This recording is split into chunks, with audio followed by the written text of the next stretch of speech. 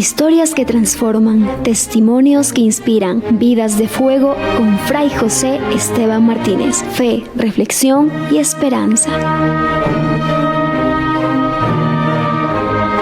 Jueves 10:30 de la mañana, Santa Mónica Radio, encendiendo corazones.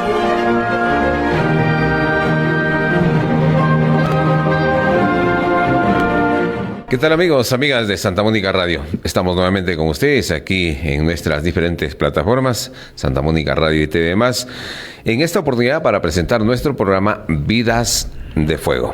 El padre José Esteban Martínez, agustino Recoleto, desde la parroquia Santa Mónica, hoy nos ayudará a conocer con mayor profundidad a San Ezequiel Moreno, fraile, obispo y misionero. ¿Cómo le va, padre José? Bienvenido. Jaime y todos los que escuchan Santa Mónica Radio y Radio Televisión Más. Bueno, pues vamos a presentar un agustino Recoleto. Estamos en el mes agustiniano, el mes de agosto, y queremos resaltar esta figura que además es un protector, es un patrono de los enfermitos, especialmente de cáncer, porque él lo sufrió y así él puede acompañar a estas personas que pueden sufrir esta enfermedad. Pero luego, como dices, es un ejemplo de fraile, agustino Recoleto, de obispo y misionero. Muy bien. Comenzamos, bien, ¿verdad? Comenzamos, padre José, del hogar al altar. Eso. Hijo de un pueblo. El retrato del joven Ezequiel resulta un tanto desvaído. Ni su niñez ni su adolescencia ofrecen acontecimientos que nos ayuden a darles perfiles definidos. Era un muchacho sencillo, de un pueblecito, como un muchacho sin historia, como un candelario vital, porque en sucesos dignos de ser relatados en posteridad, pues ni se consideraría, ¿no?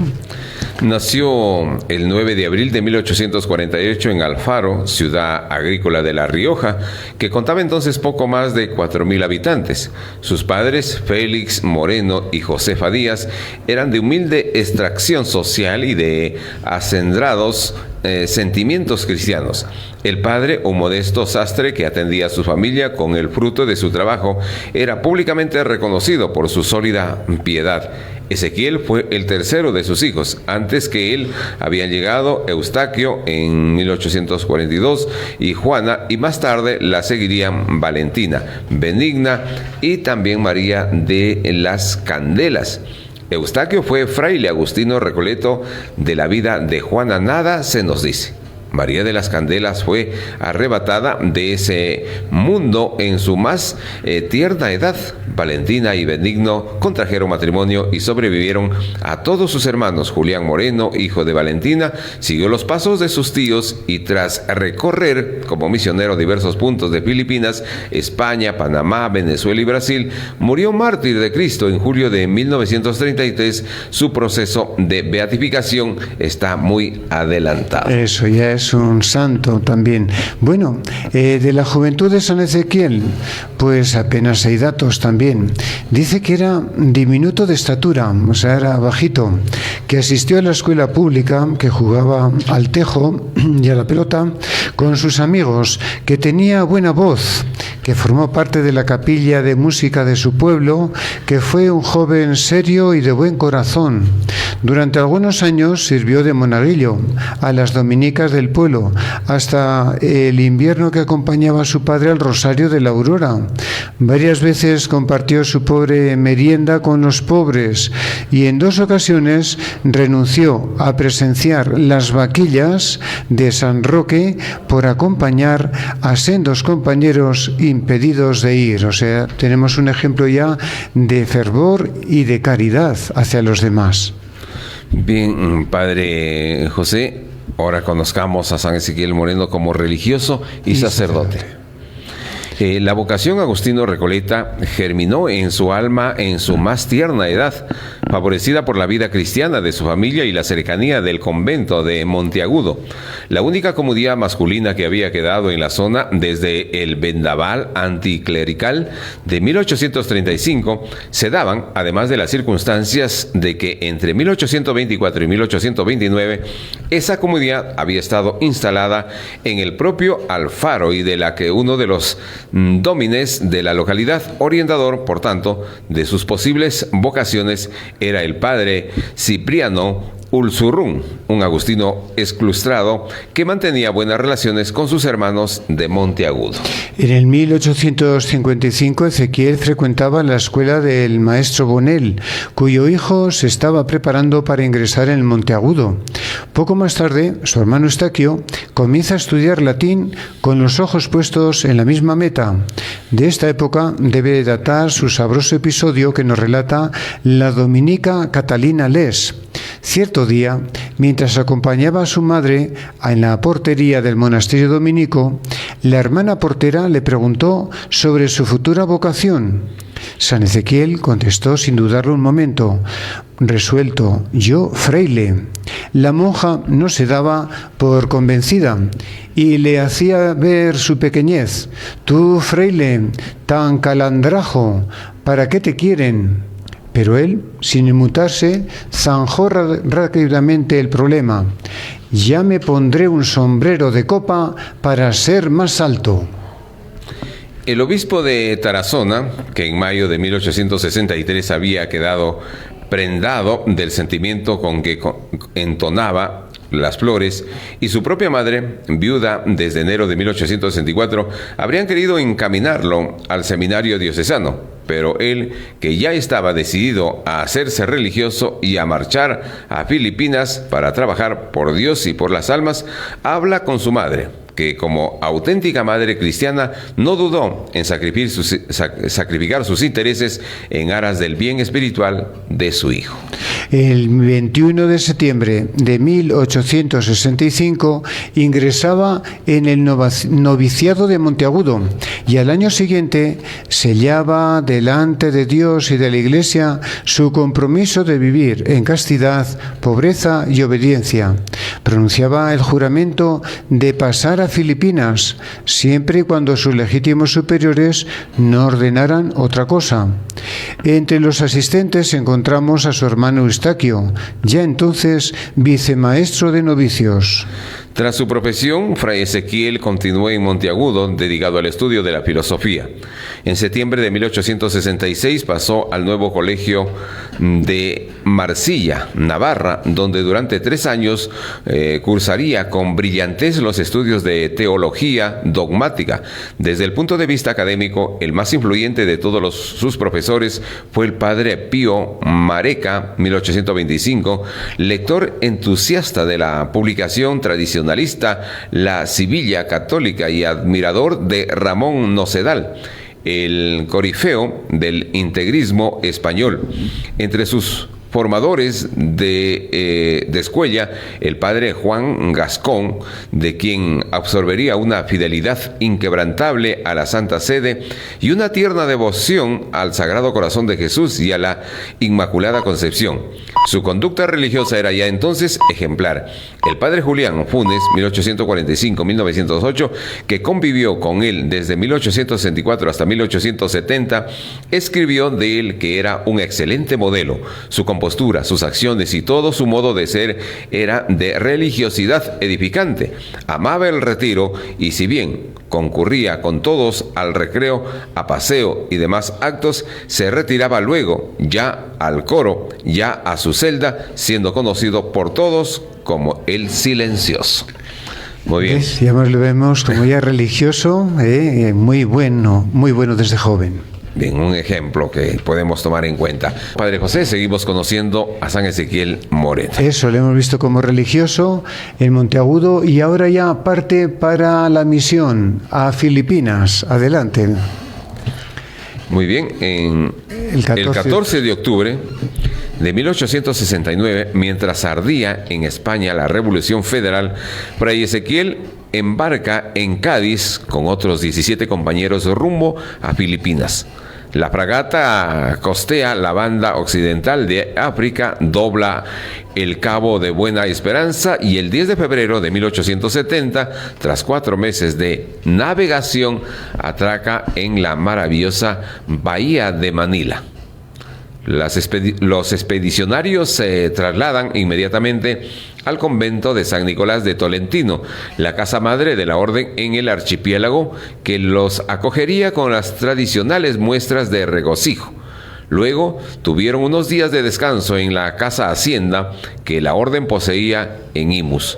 El padre Ezequiel se encargó de entretener los ratos de ocio de sus compañeros rasgueando las cuerdas de una guitarra. A continuación volvió a Manila, donde ultimó el estudio de la teología moral y se preparó para la ordenación sacerdotal. Desde junio de 1870, en que recibió la tonsura y las órdenes menores, hasta el 2 de junio del año siguiente, en que fue ordenado de presbítero, su alma sería escenario privilegiado de la acción de la gracia. Fray Ezequiel, que ya se había consagrado totalmente a Cristo por la profesión religiosa, era de los que no vuelven fácilmente la vista atrás. No dejaría de aprovechar fechas tan señaladas para adornar su alma, disponerla para las repetidas visitas del Espíritu.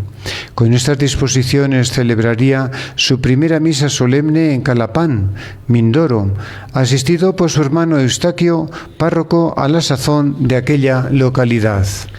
Y en ese contexto, Padre José, hablaremos como misionero y fundador de Puerto Princesa. Eso.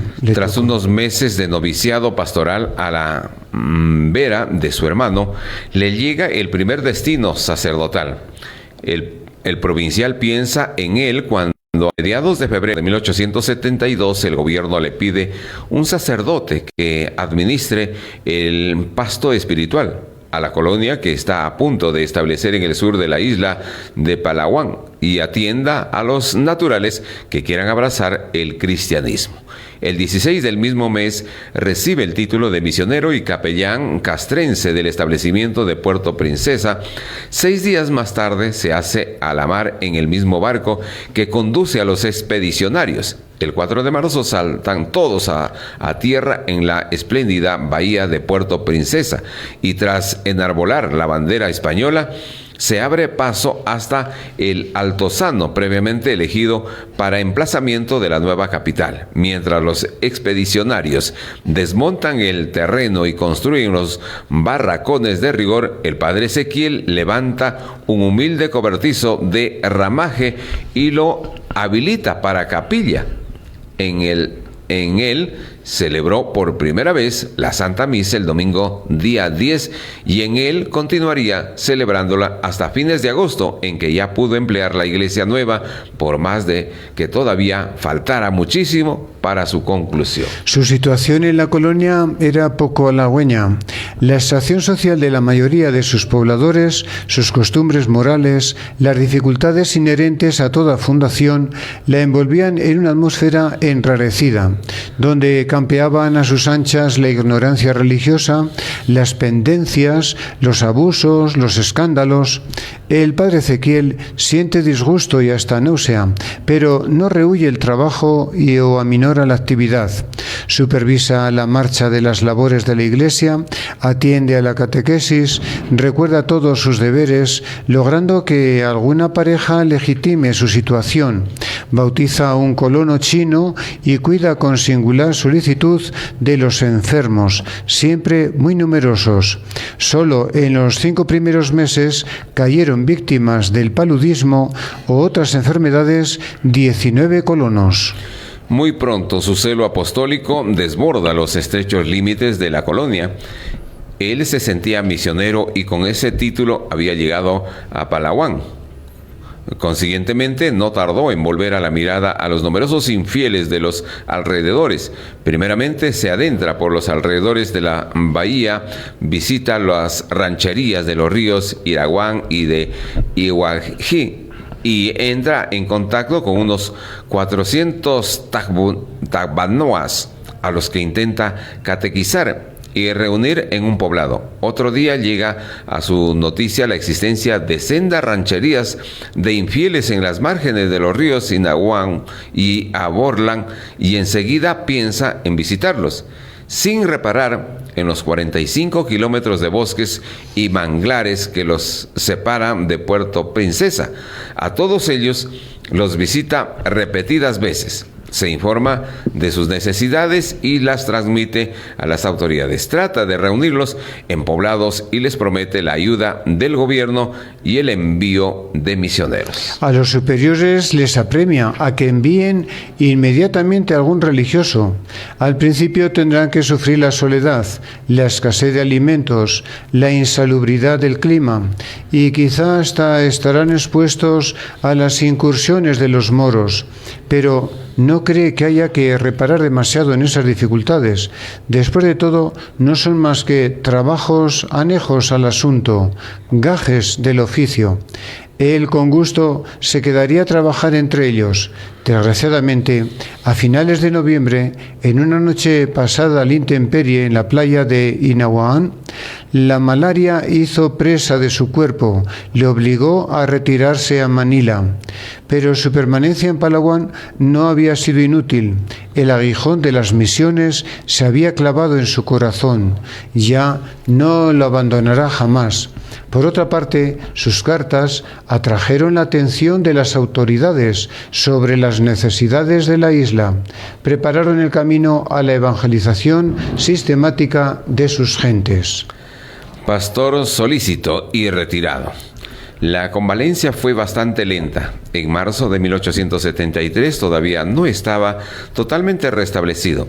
Sin embargo, en mayo del mismo año ya pudo encargarse de la Vicaría Provincial de Mindoro y del importante curato de Calapán. Permaneció al frente de él hasta junio de 1876, en que fue trasladado a la parroquia de Las Piñas.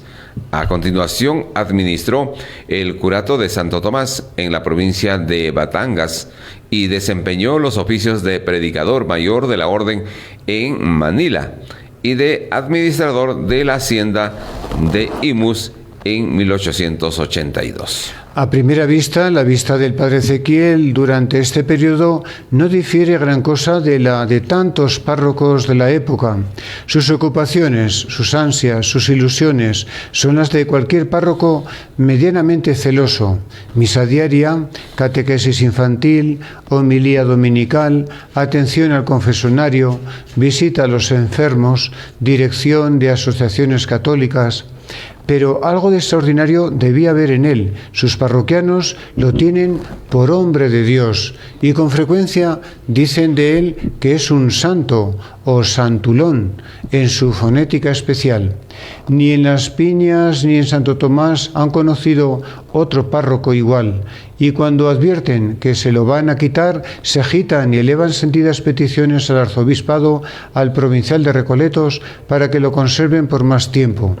50 años más tarde, el viejo Anastasio, su fiel colaborador en Calapán, todavía custodiaba su memoria con auténtica fruición. Al buen viejo le bailaba el alma de gozo al recordar a su querido párroco y se enorgullecía de haber convivido con un santo.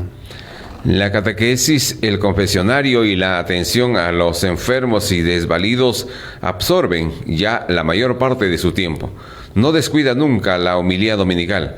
Aprovecha las novenas y otras devociones para instruir al pueblo. Visita las escuelas todos los sábados y se esmera en la preparación de los niños para las primeras comuniones.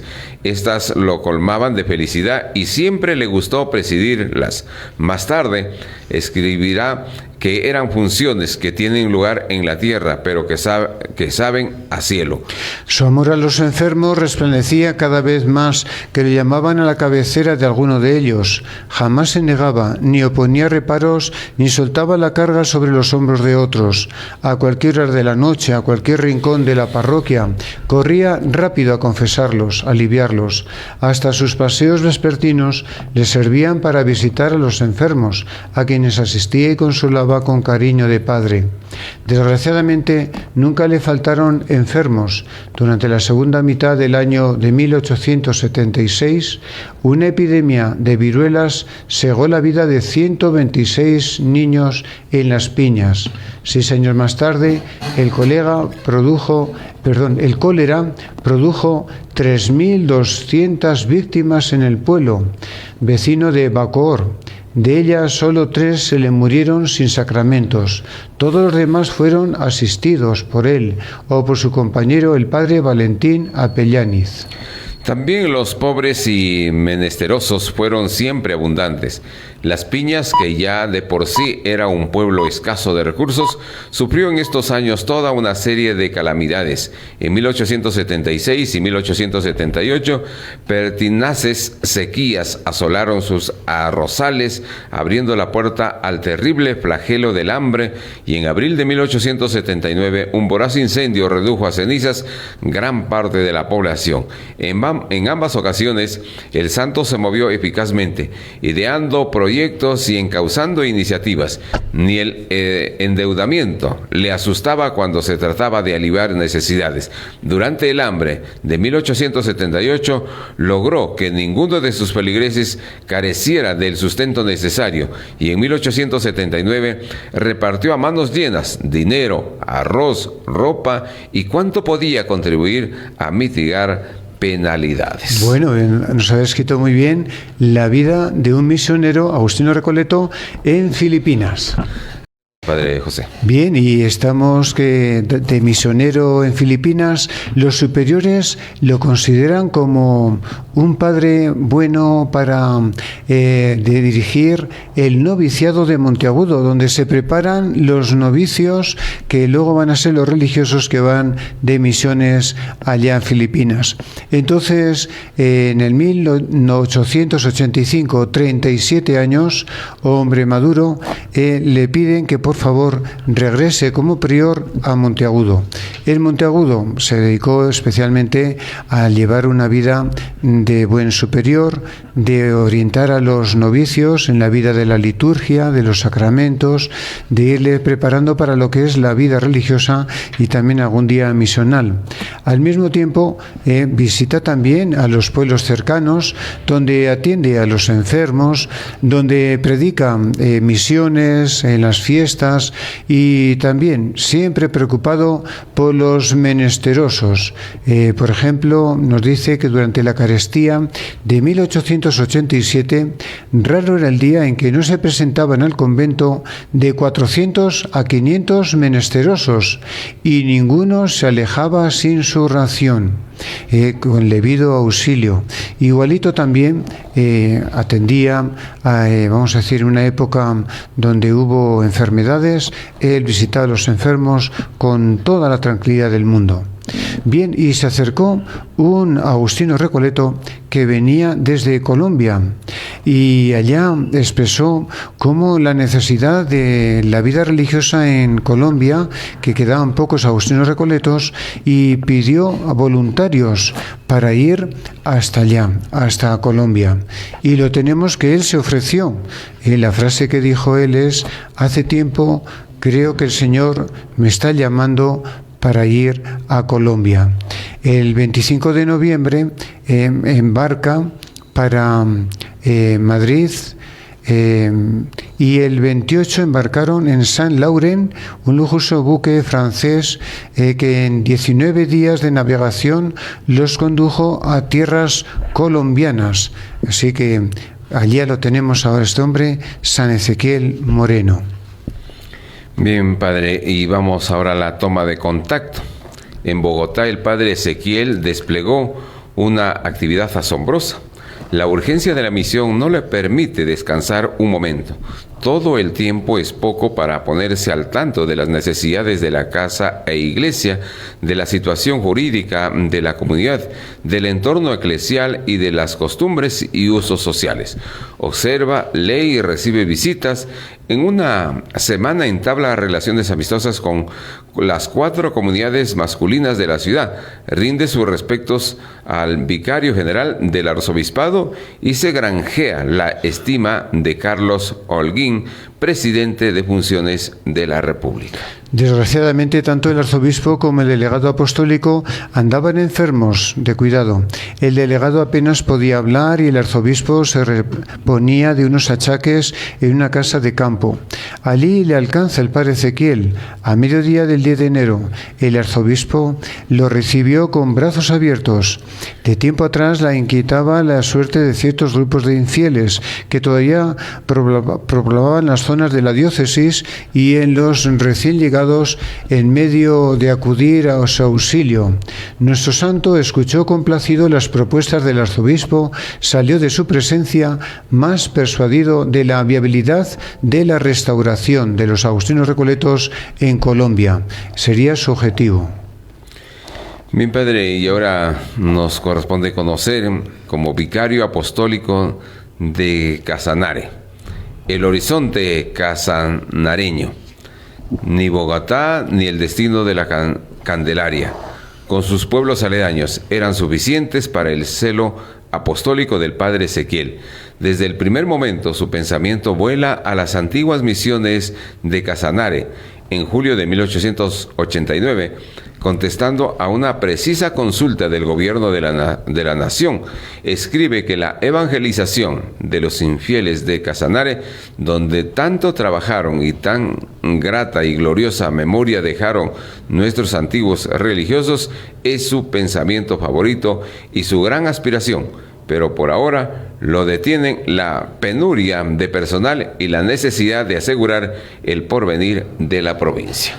La llegada a Bogotá da un nuevo grupo de misioneros, 1890. Reaviva sus deseos y le hace soñar en las misiones de Casanare. Poco a poco la restauración de sus misiones deja de parecerle una utopía. A mediados de octubre ya está decidido a explorar personalmente el territorio y se encuentra bien dispuesto a atender a los infieles. Dejará por allí a los dos que me acompañen en la expedición. Por fin, en diciembre de 1890, tras dirigir los ejercicios del clero de Boyacá, recibe la bendición del obispo de Tunja, se adentra en la sabana casarneña, acompañado de 3 religiosos, 2 sacerdotes diocesanos. Sus numerosos amigos trataron de disuadirlo del viaje, ponderando los peligros que entrañaba. Pero él no prestó oídos a esas razones de la carne, por lo poco que significa la salud del hombre y aún su misma vida.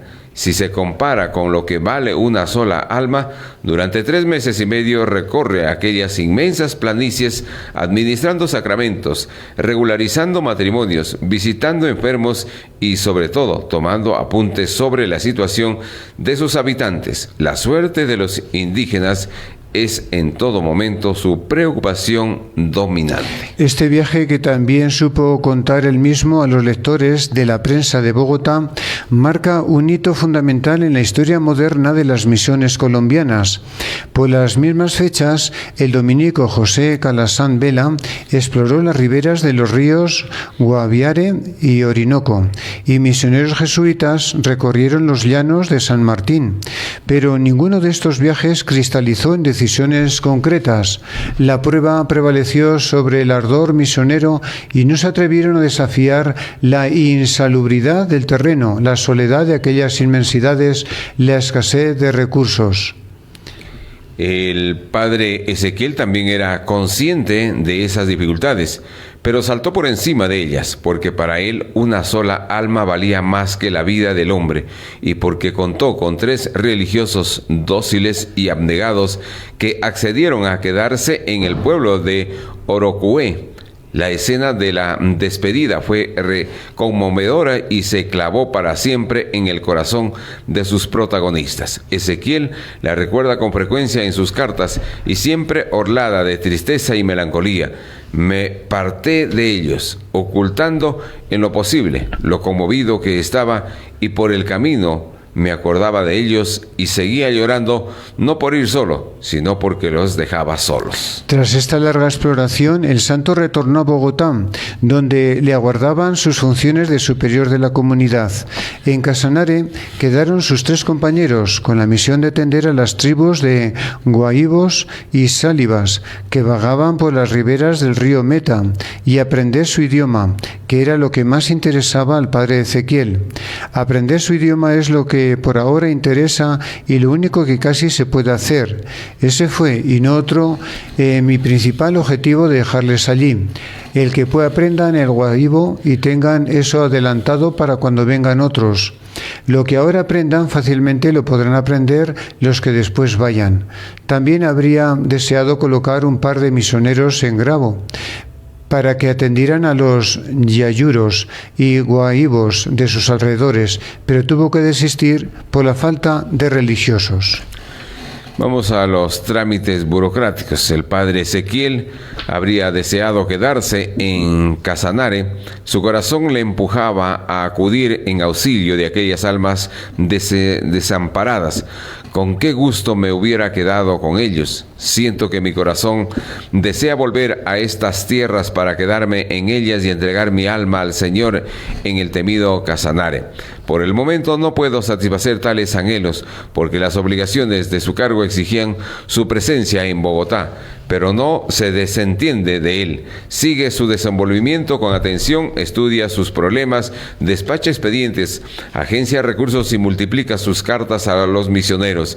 En todas ellas palpita su solicitud paternal, le preocupa su aislamiento, teme que aquellas inmensas oleadas hagan mella en su ánimo, los depriman y les hagan añorar los halagos de una vida más cómoda. Quiere que anden juntos, que no se aparten, que no cometan excesos y cuiden de su salud.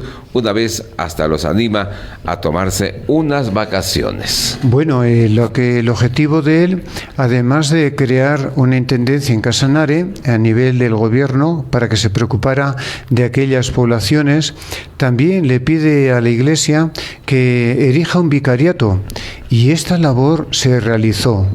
En el día 17 de julio de 1893, León XIII erigía el Vicariato Apostólico de Casanare, con territorio desgajado de la diócesis de Tunja, y el 25 de octubre nombraba al padre Ezequiel obispo titular de Pinara. Incomprensiblemente, el redactor de este segundo documento omitió toda referencia a Casanare, con lo que dio pábulo a dudas y escrúpulos. Por fortuna, estas deficiencias y formales no detuvieron al delegado apostólico, y apenas tuvo en sus manos las breves, fiado en una carta particular del cardenal Rampolla, pasó a ejecutarlos y envió a Casanare al padre Ezequiel.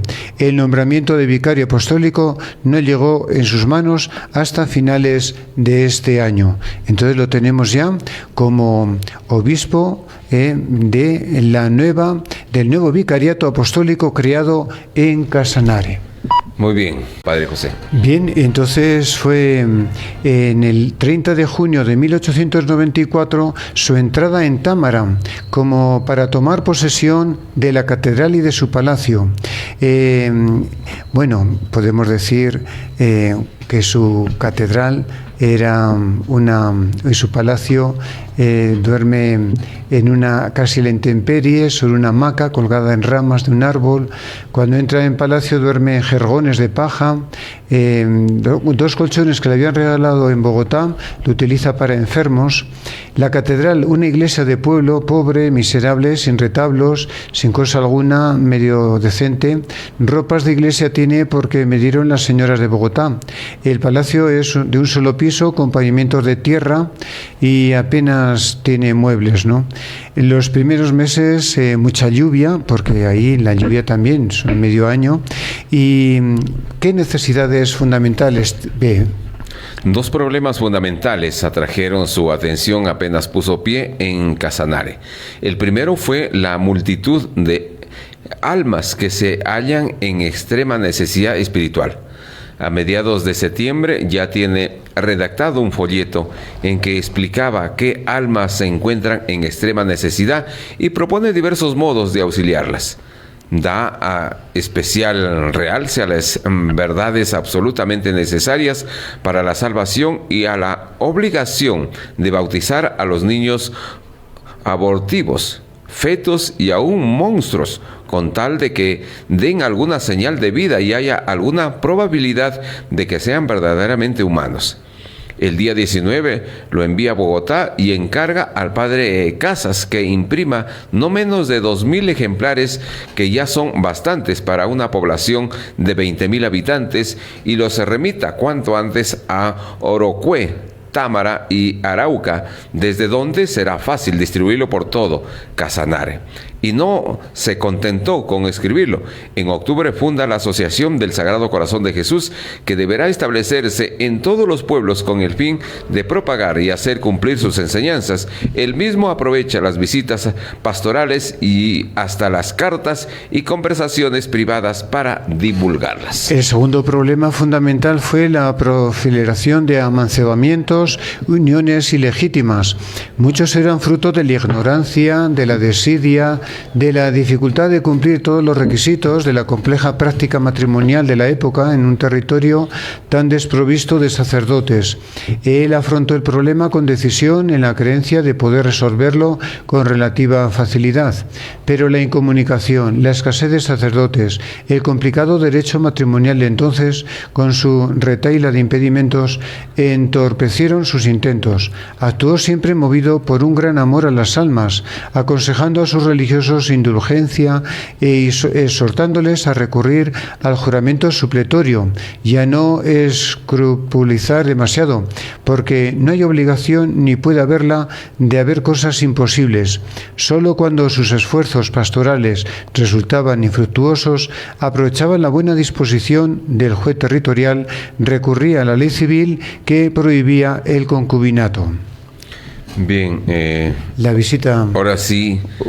Tuvo una visita especial de lluvias en la página 77, donde se apresura a salir de Támara, da comienzo la visita del territorio, le impulsa su alma de apóstol, que necesitaba el contacto personal con las almas. Lo suyo es no recluirse en cuatro paredes, sentarse en un escritorio. Durante meses ha examinado los problemas del vicariato y ha propuesto soluciones. Ahora llegaba la hora de contrastarlas con la realidad, de llevarlas a la práctica. El 23 de diciembre de 1894 sale de Támara rumbo a Nunchía, donde ya lo esperaba el padre Alberto Fernández. Salía ilusionado, dispuesto a recorrer todo el vicariato durante 4 o 5 meses. Quería verlo con sus ojos y palparlo con sus manos, pero sus cálculos se vinieron abajo con el alzamiento de los liberales en el centro de la República y solo pudo visitar Nunchía, Marroquín, Zapatozoa, Pajarito, Recetor, Chámeza, Tauramena, San Pedro de Upía y Santa Elena. Las primeras noticias de la rebelión le llegaron a mediados de enero, mientras se encontraba en Chámeza, pero no le dio importancia. Solo cuando el 10 de febrero le avisaron en Santa Elena de que los liberales de Orocué querían prenderlo, desistió de desafiar a la fortuna, decidió volverse a Támara. Regresó casi solo, por senderos ásperos, desviados y con el temor de cualquier sorpresa desagradable. Pero ese temor no le impidió acercarse a Nunchía para atender a un enfermo, a pesar de que allí había triunfado la rebelión. El 14 entró en Támara, donde también se habían impuesto los rebeldes, incluso habían destituido al intendente. Sin embargo, a los religiosos apenas les habían molestado. También el padre Ezequiel pudo moverse con relativa tranquilidad, a pesar de que la ciudad no fue liberada hasta el 10 de abril. La revolución, con sus secuelas que se prolongaron hasta finales de 1895, y su promoción al episcopado de Pasto truncaron su obra estrictamente misionera. Durante 3 meses estuvo recluido en Támara, desempeñando las funciones de un simple párroco o poco más. A mediados de mayo, el delegado apostólico lo llamó a Bogotá y no pudo regresar a Támara hasta mediados de octubre. La revolución le deparó también magníficas ocasiones de ejercer ejercer su celo sacerdotal. Ya antes de terminar la primera insurrección, intercedía ante intendente por 2 de sus cabecillas. El 27 de octubre salía para Tame con 2 hermanas de la Presentación que iban a encargarse de aquel hospital, y allí se detuvo prodigiándose a los enfermos hasta mediados de noviembre. Luego viajó por San Salvador, Chire, El Corazal, La Capilla, Manare, Monero, etc. En todas partes predicaba la paz y exhortaba a olvidar odios, rencores y enemistades. Y en ese ínterin, a principios de febrero de 1896, al año justo que sonaron los primeros rumores, recibió noticia oficial de su promoción al obispado de Pasto. El traslado no le agradó. En Pasto encontraría más comodidad, pero también más soledad. Sería más considerado, pero también tendría más responsabilidad. Sin embargo, bajó la cabeza y no hurtó el hombro a la nueva carga. Así que el 10 de junio llegó a la capital de su nueva diócesis, Pasto. Pasto era una diócesis erigida en el 1859, desmembrada de Popayán. Se extendía una superficie de 160.000 kilómetros cuadrados y una población de 460.000 habitantes. En tan anchurosa geografía, desprovista de comunicaciones terrestres, habitaban climas variados, desde la costa del Pacífico, la depresión amazónica, también una zona de altitud. Lo que sí promovió ahí nuestro obispo es que pedirle al Papa que se crearan varias diócesis. Él recorrió todos los pueblos que pudo, se dedicó con empeño a la actitud pastoral, al clero, a las parroquias. Tuvo también ciertos problemas con el liberalismo, donde querían, ir en contra él, y lo acusaron hasta el mismo Papa. El Papa dirá en algún momento: obispos como estos necesita la Santa Madre Iglesia. Y vía dolorosa. La última enfermedad. El padre Ezequiel no fue mártir en sentido estricto, pero sufrió penas y dolores de auténtico mártir. Su vida resuma privaciones, sufrimientos, dolores físicos y morales, y sus últimos meses fueron un martirio prolongado. Regresó a Pasto mortalmente herido. Durante los últimos días de su estancia en Bogotá, había comenzado a expulsar mucosidad impregnada de sangre. Ya en Pasto, el doctor Moncayo le examinó la nariz, pero al carecer de instrumental adecuado no pudo averiguar la naturaleza del mal. Este estado de incertidumbre prolongó durante meses. Siente debilidad general, dolor de cabeza, molestias en la boca, pero conduce la vida siempre. Se levanta a la misma hora, despacha asuntos ordinarios, hasta piensa en la erección de la nueva prefectura apostólica de Tumaco. El 24 de octubre los médicos todavía continúan indecisos, pero cuando ya se va viendo el problema, le piden que por favor regrese a España, porque allí podía ser atendido, y él acepta esta situación y llega la operación. En Madrid le operan, sin anestesia ni nada, operación palatal, garganta, etcétera, para extirparle ese cáncer que tenía, ¿no? Después de varios cortes, rasgamientos, tuvo que soportarlos con una paciencia increíble. No dijo ni una molestia ni nada. Los médicos se quedaron admirados, ¿no? Y llegó ya el fallecimiento. Claro, desgraciadamente tales tormentos no le devolvieron la salud y ni siquiera aliviaron sus dolores. La despiadada enfermedad avanzaba día a día, invadiendo y destrozando nuevos órganos de su cuerpo. A mediados de mayo ya había perdido el oído y hablaba con dificultad. Los dolores también crecían sin cesar, pero no lograban alterar la serenidad de su rostro. Después de estas operaciones, él dijo: quiero morir en los brazos de mi madre, ¿no? Era ir a la Virgen del Camino en Monteagudo, y allí la comunidad lo recibió con mucho cariño, y murió con el 22 de agosto. La comunidad ordenada del pueblo le despidieron al difuntito con mucha devoción. Estaba con halo de santidad. Efectivamente, interesante la vida, obra de San Ezequiel Moreno, agustino recoleto, fraile, obispo y misionero. Beatificado el 1 de noviembre de 1975 y canonizado el 11 de octubre de 1992. Bien. Padre José, hemos entendido, conocido esta importante vida y obra de San Ezequiel Moreno. Que nos bendiga, que bendiga a los enfermitos, especialmente a los de cáncer, que así sea. Bien, y nosotros de esta manera también terminamos ya nuestro programa Vidas de Fuego. Sigan en compañía de Santa Mónica Radio, por nuestra parte será hasta el próximo programa. Bien.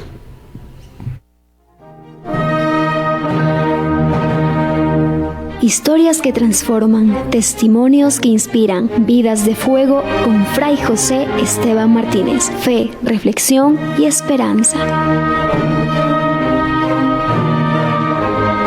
Jueves 10:30 de la mañana, Santa Mónica Radio, encendiendo corazones.